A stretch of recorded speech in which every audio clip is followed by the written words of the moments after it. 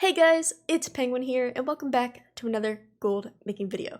In today's video, we're going to be talking about the new event that is going on for at least the next 2 weeks, and how to make the most of it and make the most gold out of it. So if you guys have not heard of this event, on reset day of this week, so either Wednesday or Tuesday depending on your region, Blizzard just released a 50% XP bonus. And this is for all levels, so you can be a level 1, you can be a level 59, etc. Now, the promotional reason behind this is to get more alts and characters ready for Season 4, which comes out on August 2nd or August 3rd, once again, depending on your region. So for the next 2 weeks, we're going to have a 50% XP boost, which we're going to use to our advantage. Now, there's really two goal-making things we can do with this. The first thing, and the most obvious thing, is to utilize this boost ourselves. If you are somebody who does not have all 11 primary professions, this is the time to get alts to do so. Since you can have 2 professions on one character, you need a total of 6 alts to cover all primary professions. That includes gathering as well as crafting. So if you do not have 6 level 60s, I highly recommend doing that now. Even if you have 6 alts, you may want to take this time to level more just in case. We still don't exactly know how hard the specializations are going to be to level in Dragonflight, and that might require some extra alts. And, you know, a ton of alts never hurts. You can use this for raw gold methods, mission tables. While Shadowlands still exist, you can use them for sky golems, transmutations, all of these sorts of things. So if you have any sort of leveling in mind, do it now. But the main idea about this video is covering 4 different markets that are going to be inflated due to this bonus. And that is mostly bags and different types of gear. I mean, if you guys think about it, a brand new level 60, a brand new created character, is going to need 4 bags in order to fill their inventory. Also, if they are using this character long term and want to fill out the bank, that is going to be 11 bags total per character created. And if you think about it, if this is a brand new character entering level 50 into Shadowlands, then they're going to need some gear in order to do some normal dungeons, and also, yet again, once you hit level 60, people might want to boost their gear again. So the first market we're going to be covering is just simple bags.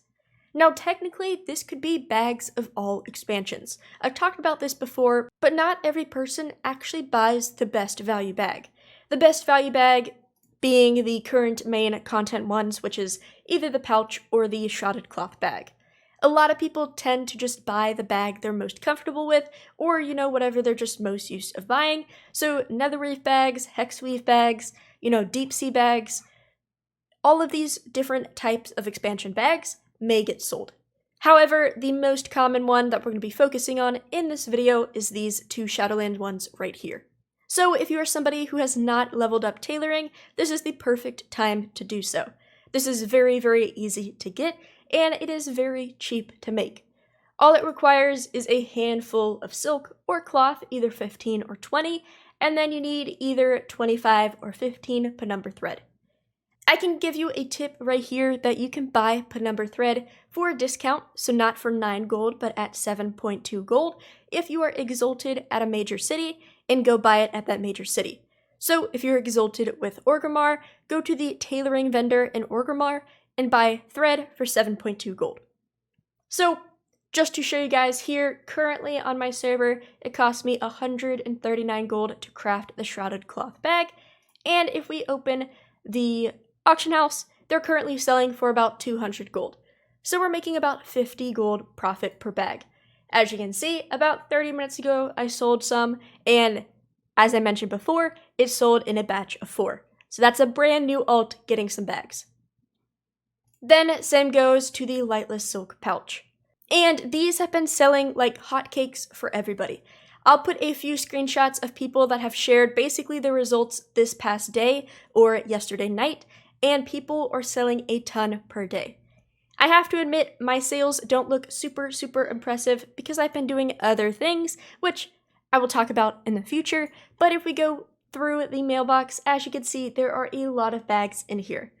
And to reiterate, which we just got interrupted by a ton of bags selling, there we go, somebody must have just bought 11 to fully max out their character, but there we go. We just sold 11 more bags. But to reiterate, bags are so easy to level up, there is no sort of barrier to entry, and I highly recommend selling these for the next 2 weeks. Moving on, we have our other very beginner-friendly market, and this is novice gear. If you guys are not sure what novice gear is, this is the gear that is geared towards level 50s. And actually, it is the best in slot gear for brand new level 50s. It is created through these novice crafter's marks, which as you can read, it sets the item level to 87 and the required level to 50. Now, how you actually craft these items is you apply it to a piece of gear through this method right here, craft it, and then you're good to go. But I'm going to make your life a whole lot easier. If you guys join the Discord and go to the free tools section of the Discord, everything is completely free, you can download my free TSM profile. Then all you have to do is import it, which you can do it by, if you open up your TSM settings, groups, click this little button right here, copy and paste. Then you will have this group. All you have to do is then go into your crafting TSM groups, select novice gear, and hit restock. Now, a ton of things are not going to show up for me, as these are the only things that are currently profitable and that I am missing. I have a lot of things in stock, but then all you have to do is go craft these items. So it is very, very simple, and I'll leave a better, well thought out tutorial if you're a little bit newer to TSM. But yet again, these armor pieces sell very, very well.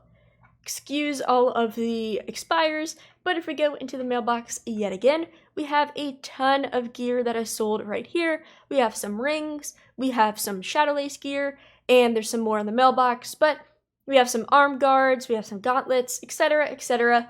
Lots of good stuff. Keep in mind, this event has only been going on for the last 2 days, but in the last 2 days, I have sold 33 of the green armor pieces. Now, there are blue versions and green versions, as well as rings and necklaces, but I will show you that in just a second. There is a reasoning why I can't show it to you right now, but just from the green pieces of gear, I have sold 33 in the past 2 days for 18,000 gold. That doesn't seem like a ton, but if we hover over right here, my crafting cost is like 30 gold a piece. This one's like 55, but everything is like less than, 90 gold crafting cost, and I'm selling these for multiple hundreds. So the profit margin is very, very high. Then moving on, we have the other set of gear. Now this is going to be a little bit more difficult if you're a brand new player, as this requires reputation. But yet again, the best thing is that currently there is a reputation gain from World Quest event going on to increase reputation by 50%. So if you don't have the rep, this is a perfect time to farm it. But what I'm talking about is the other sort of Crafter's Marks gear, not the novice version, but the Crafter's Marks of the first ones, as well as the Crafter's Marks 4. These are the 2 best in slot pieces for brand new level 60s. So this works the exact same as novice gear, but instead of applying the novice gear mark, you are applying one of these 2. So yet again, if you have the profile, all you have to do is select the 9.2 marks, click restock, and you get a list. Right here, these are currently the ones that are profitable, and so right there, if I craft these 23 pieces, I'm going to make 12,000 gold. But going back into the mailbox, the issue is that you can't really see what exact version, item level version, an armor piece has sold. So, we can't exactly know what piece is what item level, but, a quick oxen ring or necklace selling for 6k, this is most likely the most expensive version, which is that first one's mark. But to show you profit, if we go back to the ledger and I'm sorting by everything, the blue and the rings and necklace. And if we go into the ledger and show you profit again, as you guys can see, I'm currently sorting through the Crafter's Marks blue as well as the ring and necklaces. And in the past 3 days, I've sold 105 of these items for 232,000 gold. Now the reason why I said earlier that I can't show you this is because this is everything. So this is all 3 different item levels. We have the Novice gear, we have the Mark IVs, and the Mark of the First ones, just because the ledger can't differentiate them. However, we can assume what type of piece is what based on the sale price. For example, the helms, which sold for almost 8,000 gold, is most likely the most expensive First ones marks compared to this hand wrap that sold for, 230, which is most likely the Novice gear. But as you guys can see, in the past few days, I have been selling a ton of these. In the past 3 days, 105 pieces, that means I'm selling over 30 a day. And, this goes to the same sort of profit as well. This is really not expensive to craft, so the margins are very, very high.